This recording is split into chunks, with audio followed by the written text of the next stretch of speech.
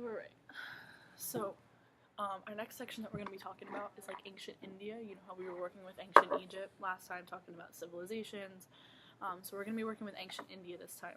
So what I did is I took some information from section 1 because I figured this would be a good way to kind of get you guys to start the chapter is by looking into section 1 so you get familiar with the stuff that's on there. So I'm going to go over this with you before we start.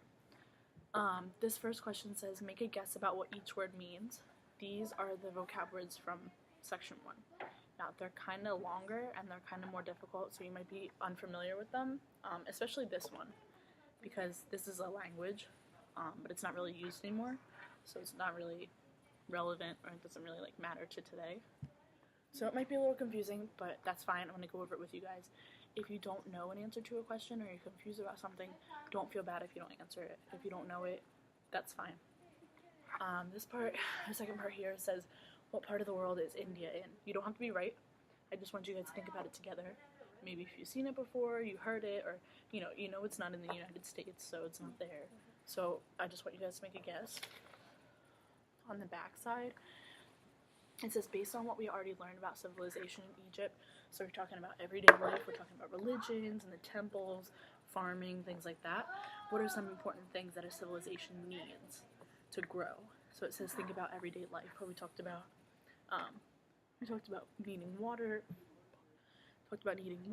food, how people communicated, daily activities, and then down here, this is a picture here.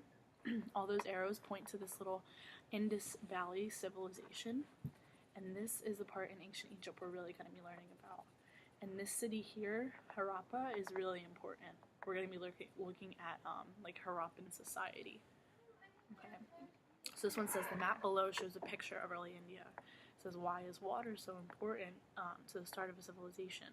And all the arrows point to different bodies of water. So these little lines here are rivers.